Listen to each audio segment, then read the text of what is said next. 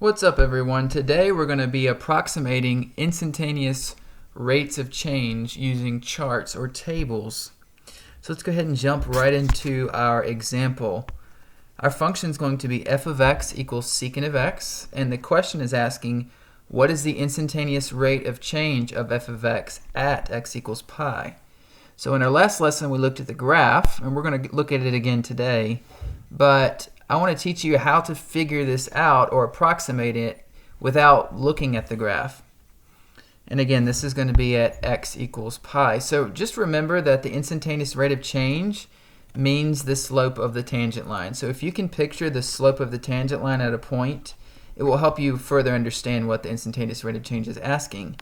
And again, it's going to be the slope of the tangent line at x equals pi.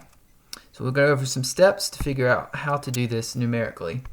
Step one is to write out the formula for instantaneous rate of change.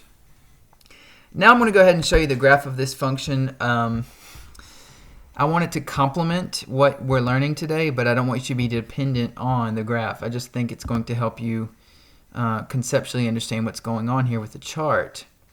So in our formula we have change in f over change in x.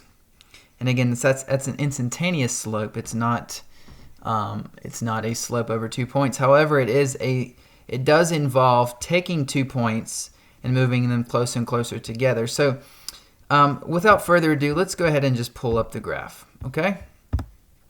We're going to pull a second point over to the right somewhere. So here's our second point. Here's our first point. Let's go back to the formula. It says the limit as x2 approaches x1. So what that actually means is we're taking our second point. Give me 1 second, I'm dragging the wrong point here. Okay, so here's our point in question. We want to know what the tangent line is at pi. So going back to our example here of limit as x2 approaches x1. All right, x2 is going to be this green point right here that we're going to drag, and x1 is at pi, where we're trying to figure out the slope of the tangent line. We can see that as x2 approaches x1, the secant line is getting closer and closer to the slope of that tangent line. So that's all x2 approaches x1 means. It means we're dragging the points closer to each other. All right, moving further along, what does f of x2 minus f of x1 represent? Well, it represents our change in x. It represents, let's drag this point back a little. It represents this blue line. As you can see, that dotted blue line gets shorter as x2 approaches x1. So that's the rise of the difference between the 2 points. The x2 minus x1 in our formula represents the change in x. And again, we're trying to bring x2 and x1 closer to each other. It's this red line right here. It's going to get smaller and smaller as the x2 approaches x1, as the green point approaches the black point. So in a nutshell, that's what that formula represents. And as you can see, the change in f over change in x is going to approach the slope of our tangent line as those points get closer and closer together, and that will ultimately give us or approximate the instantaneous rate of change at the black point. There's just so many components going on. I think it's helpful to explain each of these components to the formula. By the way, we are going to learn another formula that gives us exactly the same result. It will look slightly different. It's just a different way of writing instantaneous rate of change. Step 2 is determine x1 and f of x1. So to do this without looking at the graph, the question was asking what's the instantaneous rate of change at x equals pi. So all you need to do is plug in pi for secant to figure out f of x1. Pi is your x1. Okay, so that's simple enough. Wherever you're trying to find the slope of the tangent line is your x1. So plug in pi for secant. If you use the unit circle, secant is 1 over cosine. Cosine is at pi is -1, so secant is going to be the same thing.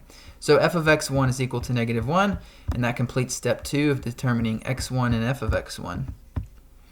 Now there's going to be a lot going on this page, so bear with me. I want you to draw out a table so you can approximate the slope of the tangent line at pi. So you're going to have several rows here. Your first row is going to be your x2 values. So the point is you want to start out with something really close to your x value. So I would say pi plus 0.1 would work. for example, if you're talking x equals 2, just do 2 plus 0.1.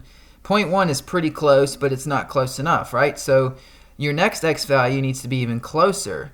So I would say be 0.01 away from your x value. So I wrote pi plus 0.01. And then for your third column, I would say even closer than that. Let's go your x value plus 0.001. Let's take a look and see what that looks like graphically. So I'm going to have to really zoom in here. If I move my green point to 0.1 from pi, so pi is what, 3.14? So I'd have to do 3.24. So somewhere around there. So you see how close that is? That's really close. It's going to give us a close approximation to the slope of the tangent line. Now, to make it even closer, to make it 0.01, I'm going to have to that's going to be about right here at 3.15. I have to go so close, that's going to take me forever just to zoom in, and it's still so close that it actually looks like the tangent line at that point. If I go 0.001, it's going to be so infinitesimal that I really can't even zoom in using this software. Okay, I've kind of zoomed out now so we can see the graph a little bit better, but you get the idea of how close we're getting to that black point at pi, and that's the reason why we have this row. For the next row, we're just going to plug those x values in to our function to figure out what the corresponding y value is. So for example, let's just do something a little bit more concrete. 4.14 would be pi plus 1. That'd obviously be too far. But what we're figuring out in our next row is this y value at that x value.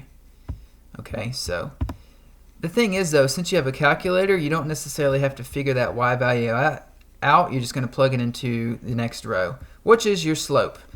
f2 minus f1 over x2 minus x1. So that's what this row represents, y2 minus y1 over x2 minus x1. And if you go back to our graph here, here's x1, f1, and here's x2, f2. And we're figuring out the slope of this purple line by finding the change in y over the change in x. And you're just going to do that in your calculator, and then for the next row, it will actually approximate that for you. And here's what I got. I got negative 0.05 for the first column, being 0.1 away. Then I got negative 0.005, being 0.01 away, even closer. And then finally, I got negative 0.0005 when I was just 0.001 away from my x value. So what that means is as we drag this point closer and closer to the black point, it is going to approach a slope of 0, which is our instantaneous rate of change. We'll prove that later. We can see though, and I'm gonna definitely underline this in orange, these values are approaching 0. They're getting closer and closer to 0. And that's the whole point of this chart, is to see where those values are converging. Now, the thing is, I went ahead and did some extra work. I would say you need to do this. You need to come from the left as well. So if we go back to our graph, you need to try to pick points to the left of pi. So I would say pi minus 0.1, pi minus 0.01, pi minus 0.001. Because the thing is, the secant lines have to converge from the right and the left. If they don't, as we saw on some previous graphs, then there is no tangent line there. So just be careful about that. Make sure you come in from the right and left. So this chart is all about coming in from the left. We can see that the slopes of those lines also approach 0.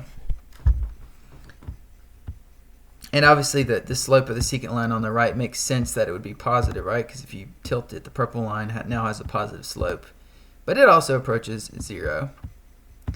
Step 4 is to solve for change in f over change in x. So as you look at what these values converge to, they should converge to something. If they don't converge to something, then you can write that the tangent line doesn't exist, right? Because those secant lines have to converge.